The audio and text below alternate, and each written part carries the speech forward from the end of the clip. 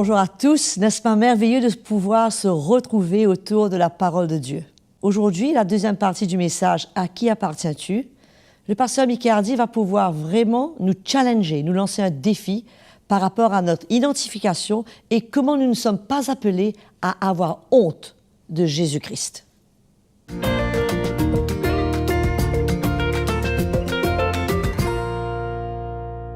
ne comprends pas pourquoi il y a des chrétiens qui sont sauvés, mais qui ne prennent pas le baptême, qui est un engagement envers le Seigneur pour une nouvelle qualité de vie, pour le don de sa vie, le don de sa vie. Quand on prend le baptême, on donne sa vie. D'accord? Ça veut dire qu'on la perd. Donc là, on est prêt à tout. Il n'y a plus de ténèbres, il n'y a rien qui est caché. Rien qui est caché. Il n'y a rien qu'on ne connaît pas, que les gens ne connaissent pas sur nous. Quand je prends le baptême, ça veut dire que je suis prêt à m'identifier et qu'importe quoi, tout le monde peut savoir et doit savoir qui je suis, à qui j'appartiens et qu'est-ce que je veux faire avec ma vie. Amen.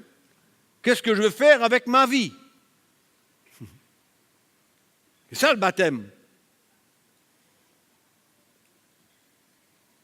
C'est l'engagement d'une bonne conscience envers Dieu. Qu'est-ce que je suis prêt à faire? En d'autres mots, je prends le baptême, je n'ai plus honte de personne. C'est clair. C'est un engagement public de ce que je veux vivre, de mon engagement, de mon désir, de ma conviction, du don de ma vie, de la perte de ma vie. Et quand j'ai pris le baptême, je ne peux pas avoir honte parce que le baptême, c'est mon engagement public de ce que je veux pour ma vie. Amen.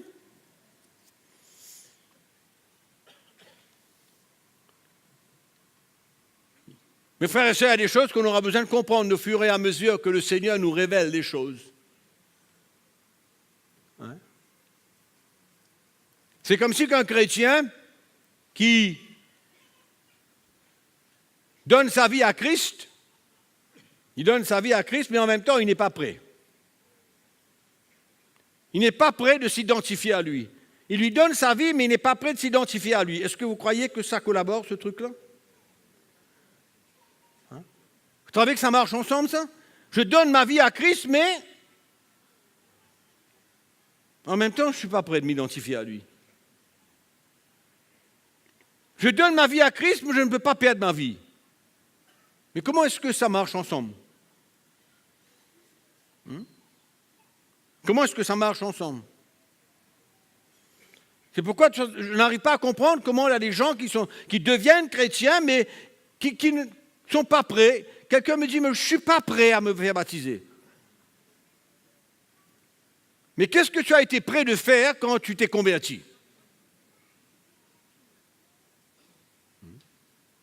Je ne crois pas que quelqu'un peut vouloir prendre le baptême 10 ans après qu'il soit converti. Et pendant toutes ces 10 années, il va se cacher. Il va se cacher, il aura honte, il ne pourra pas s'identifier publiquement à Jésus.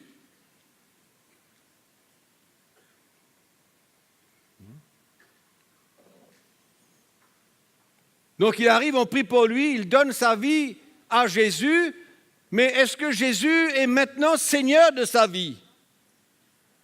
Qu'est-ce que Paul dit aux Romains? Il dit, si quelqu'un croit en Jésus comme Seigneur, c'est ça qu'il dit? Qui croit que Jésus est Seigneur, alors il sera sauvé. Non? Je ne suis pas en train de questionner le salut dans la vie des gens. Ce n'est pas du tout ce que je suis en train de vouloir faire. Mais je suis en train de vouloir vous expliquer comment on peut arriver dans une autre dimension d'une compréhension de ce que c'est que le salut pour finalement ne plus préserver sa vie et s'identifier à Christ complètement.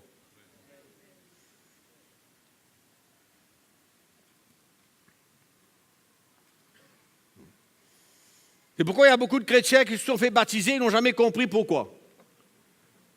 Ils ont simplement compris que c'était la deuxième étape du salut. Après le salut, c'est l'étape qui suit. Mais ils n'ont pas compris que le baptême, c'était quoi? C'était une conviction d'un abandon et le don de sa vie. Et quand on est prêt à donner sa vie et perdre sa vie, je ne peux pas croire qu'on peut être timide et qu'on peut avoir honte de ce nom de Jésus. Ce n'est pas possible. C'est impossible.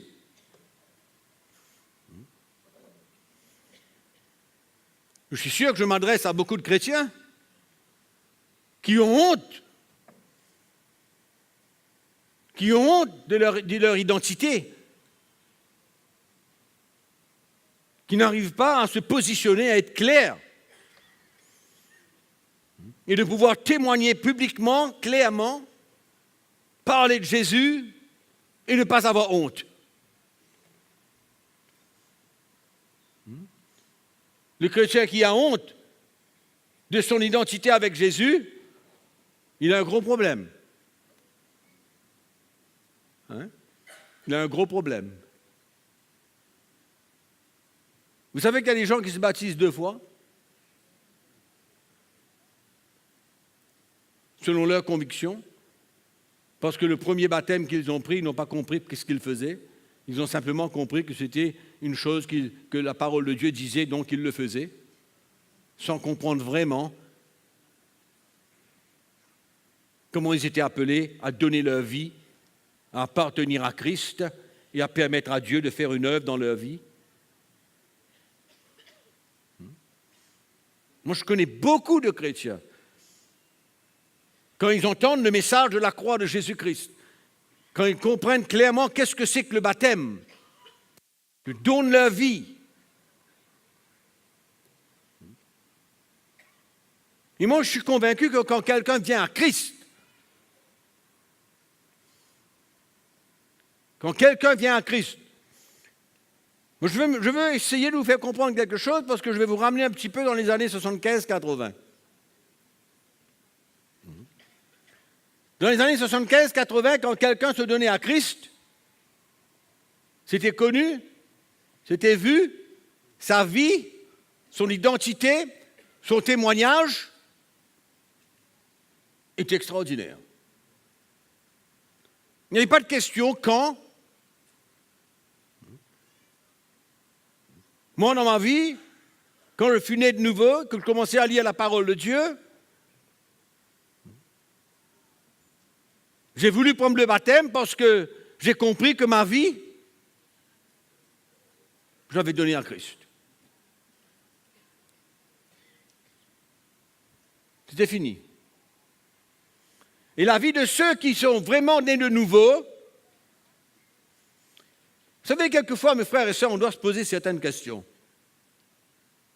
On doit se poser certaines questions.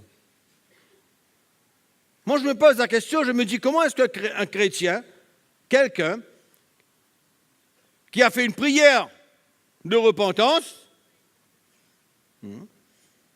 et qui, après 5 ans, ne comprend pas toujours qu'est-ce que c'est que d'être baptisé, qu'est-ce qu'il veut de sa vie, de temps à autre, je me pose une question. De temps à autre. Je me suis dit, est-ce que c'est vraiment quelqu'un qui a expérimenté le salut? Est-ce que c'est quelqu'un vraiment né de nouveau? La nouvelle naissance, dans mon temps, le temps où je suis né de nouveau, c'était quelque chose d'extraordinaire. C'était une révolution. Ma vie était une révolution. Ce n'était pas une question de m'asseoir, de venir écouter un message et puis de continuer à vivre. Je me souviens, ma femme et moi, on avait une petite Renault, une Renault 5 bleue. Et elle a été décorée. Décorée partout. Jésus t'aime. Jésus a dit, je suis le chemin, la vie. Et il y avait tout dessus. Tout. C'est pourquoi je dis c'est une révolution. Le salut, c'est simple. Et comment peut-on avoir honte? Il y a bien quelque chose qui manque quelque part. Hein?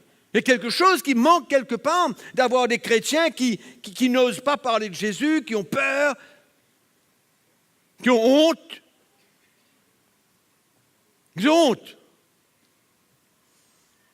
Ils travaillent avec quelqu'un depuis 15 ans et la personne ne sait pas qu'il est chrétien. Mais c'est aberrant, quoi. C'est aberrant.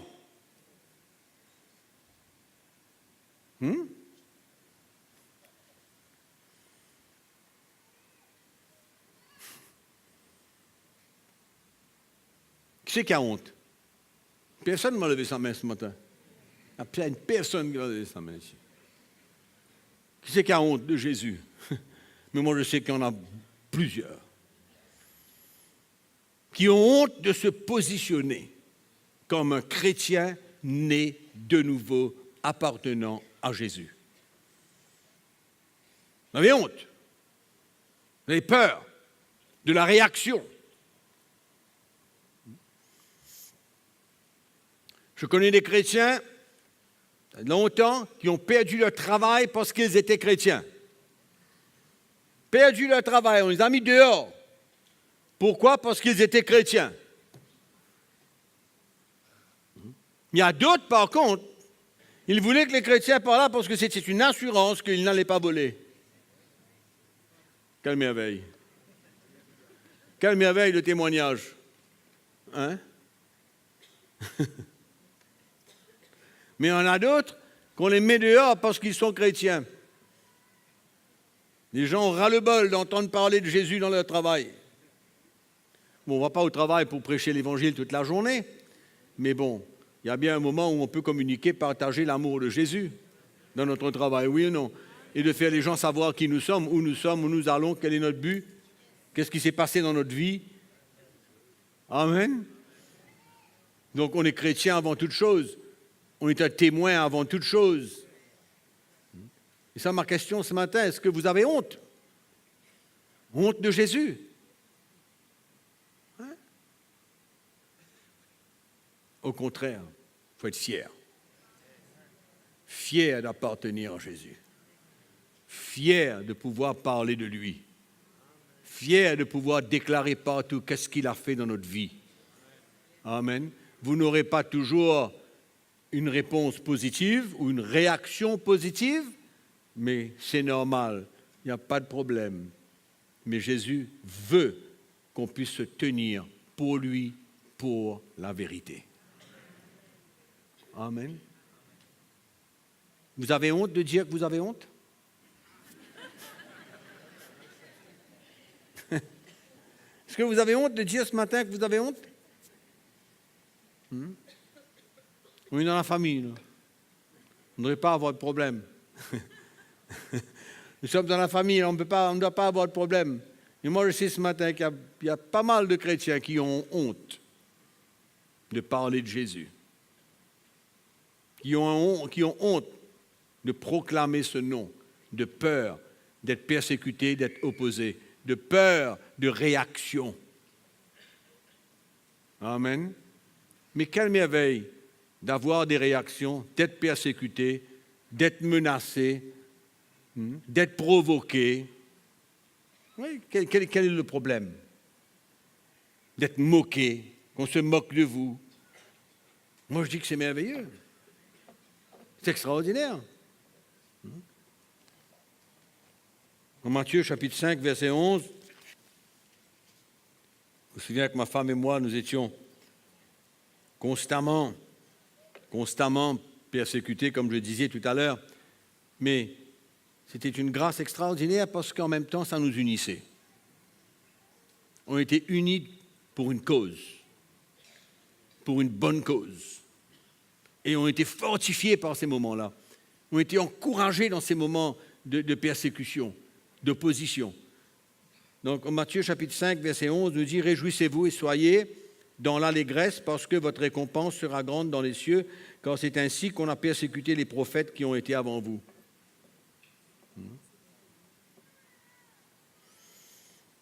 Heureux serez-vous lorsqu'on vous outragera, qu'on vous persécutera et qu'on dira faussement de vous toutes sortes de mal à cause de moi. À cause de moi. C'est merveilleux. Moi, je suis arrivé à vraiment aimer. Aimer quand les gens parlent négativement sur nous. Extraordinaire. Dernièrement, je disais à quelqu'un qui me disait, mais s'il y a une autre persécution, s'il y a d'autres persécutions qui viennent, comment ça va se passer? Mais moi, je lui ai répondu, je lui ai dit, mais écoute, moi, je suis très heureux que ça se passe. Je suis très, très content. S'il y a une persécution qui se lève contre l'Église, contre moi, contre ma femme, contre vous, contre les anciens, contre l'Église, très content. Très heureux. Très heureux. Parce que ça fait partie de la vie. Ça fait partie de la vie chrétienne et en même temps, c'est une position qu'on prend dans l'esprit. Je peux vous dire une chose, que Dieu honore ces chrétiens qui se lèvent et qui déclarent pour qui ils sont et qui n'ont pas peur ni honte du nom de Jésus-Christ. Ils n'ont pas peur du nom de Jésus-Christ, mais ils l'annoncent publiquement. Amen. C'est pourquoi ce n'est pas le moment d'avoir honte, mes frères et sœurs. C'est le moment de se lever, c'est le moment de s'unir, c'est le moment de se dire « Ok, je suis dans la famille de Dieu. Si les gens s'opposent, si les gens réagissent, si on me met dehors de mon travail, qu'importe quel est le problème, qu'importe quelle est la réaction qui vient de l'extérieur, je me positionne en tant qu'un enfant de Dieu et je suis fier. » Amen. Et si les gens m'abandonnent, si les gens quittent, si les amis partent, je suis quand même heureux. Si on se retrouve seul, on est quand même heureux. Alléluia. Vous savez ce que Paul a dit? Je sais en qui j'ai cru. C'est ça que Paul dit. Paul dit, je sais en qui j'ai cru. Je connais celui qui m'a sauvé. Je connais celui qui m'a guéri, qui m'a délivré, qui m'a libéré. Je connais celui qui a fait des miracles dans ma vie. Pourquoi vais-je fermer ma bouche et avoir honte de ce nom de Jésus? Comment pouvoir le faire? Non. On se lève, on parle de Jésus, on témoigne de Jésus. Amen. Vous êtes un chrétien, Jésus a dit, allez par le monde entier et prêchez la bonne nouvelle. Vous êtes ceux, comme je le suis, d'aller partout et de prêcher la bonne nouvelle, sans avoir honte, sans avoir peur, et de crier haut et fort, Jésus est mon sauveur, il est mon Seigneur. Qu'est-ce que tu veux faire avec? Ce n'est pas mon problème. Amen. Vous avez toujours honte? Au contraire, on est fiers. Fiers d'être appelés chrétiens. Alléluia. Amen. Et on n'a pas à avoir honte. Mais ce matin, je veux prier pour tous ceux qui, dans leur cœur, hésitent. Vous sentez que vous n'êtes pas prêts, mais je veux prier que le Seigneur vous aide et qu'il vous éclaire. Et qu'il y a quelque chose qui se passe dans votre cœur et que vous comprenez qui vous êtes en tant qu'un enfant de Dieu. Qui vous êtes en tant qu'un chrétien. Quelle est votre position dans l'esprit? Et que désormais, il n'y a personne ici ce matin qui doit avoir honte du nom de Jésus. Qui doit avoir honte du nom de Jésus. Et personne de ceux qui nous écoutent, qui sont nés de nouveau, qui sont des chrétiens, qui hésitent, vous êtes timide, qu'est-ce qui s'est passé dans votre vie? On va prier le Seigneur. Que l'Esprit de Dieu puisse vous éclairer, saisir votre cœur et qu'il y ait un bouleversement dans votre vie et que vous compreniez que l'appel de Dieu n'est pas que vous soyez simplement quelqu'un qui vient à l'église, mais vous êtes prêt à donner votre vie, à donner votre vie.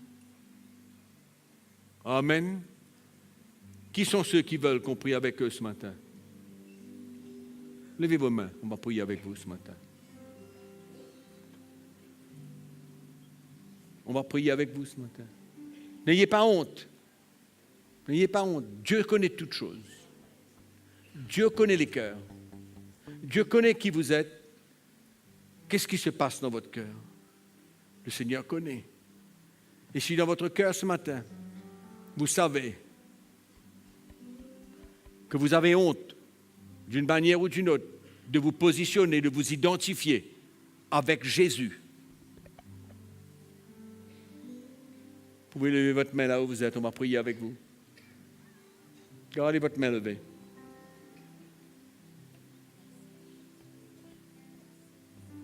Jésus vous appelle à être son témoin. Son témoin. Alléluia. Merci Seigneur, tu es vivant.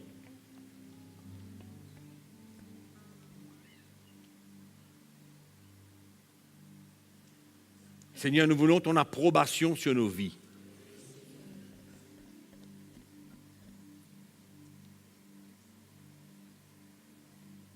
Ce matin, nous voulons prier pour tous ceux qui ont de la difficulté dans leur vie de déclarer qui ils sont. Je prie ce matin que le Saint-Esprit se révèle à eux, parle clairement. Que c'est un moment, un temps pour eux de se mettre à part, de se positionner, de s'identifier à Jésus publiquement, de ne pas avoir honte, mais tout au contraire, d'être fier. Je prie pour une intervention de ton Saint-Esprit dans leur vie, que tu enlèves toute crainte, que tu enlèves la peur, le doute. Qu'est-ce qui va se passer? La persécution, l'opposition. Et Seigneur, je prie qu'ils deviennent des vrais témoins pour toi, qu'ils puissent parler de toi librement. Nous te prions pour eux ce matin, Père, que le Saint-Esprit saisisse les cœurs et que tous les chrétiens réalisent et ressentent que leur appel, c'est de parler de toi. Partager ton amour, témoigner de ce que tu as fait. Père, je prie dans le nom de Jésus. Répands ta grâce ce matin. Fortifie ton peuple. Fortifie ceux qui sont faibles. Que ta parole puisse les convaincre. Que ta parole puisse les éclairer et leur montrer ton appel dans leur vie. Qu'ils n'aient pas peur de la persécution, que les gens les rejettent, qu'ils n'aient pas honte de ce nom merveilleux de Jésus. Ce nom merveilleux de Jésus, qu'ils n'aient point honte. Mais Seigneur, qu'ils soient zélés, pleins d'ardeur pour toi. Que leur vie soit donnée à toi, qu'ils ne retiennent rien. Je prie que ta lumière vienne briller dans leur cœur et que ceux qui n'ont pas encore pris le baptême d'eau, que tu leur montres. Que ce soit un engagement de bonne conscience et qu'ils sont prêts à te suivre, à te donner leur vie. Seigneur, merci. Touche la vie de mes frères et de mes sœurs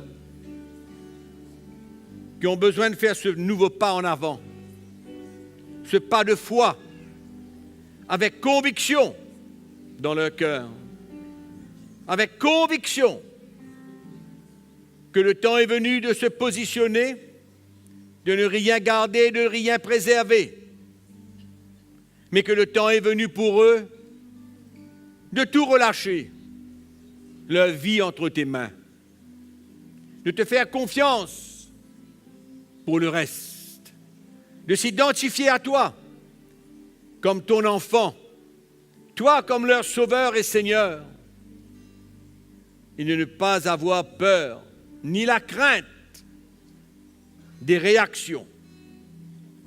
Seigneur, merci pour tous mes frères et mes sœurs, qu'ils sortent de là ce matin, édifiés, encouragés, quand tu appelles des hommes et des femmes, tu les appelles à se lever, à te servir, à proclamer ta parole, à témoigner de toi partout, en toute occasion.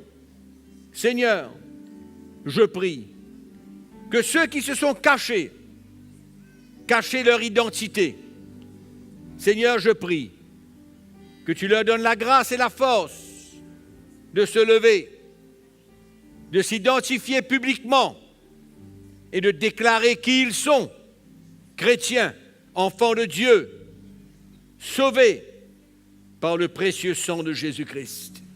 Père, nous te prions ce matin pour tous ces chrétiens et tous ceux qui nous écoutent, qui sont faibles, qui n'ont pas encore pris de décision, mais je prie pour eux, afin que par le Saint-Esprit, tu les encourages et les guides, et qu'ils puissent prendre leur baptême, Seigneur, se positionner dans l'Esprit et être prêts à te donner leur vie complètement.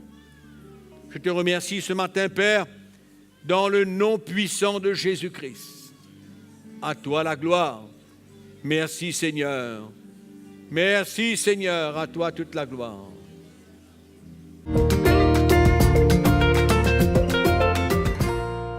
C'est bon d'avoir été encouragé, de pouvoir prêcher librement et de parler de Jésus à tous ceux que nous rencontrons.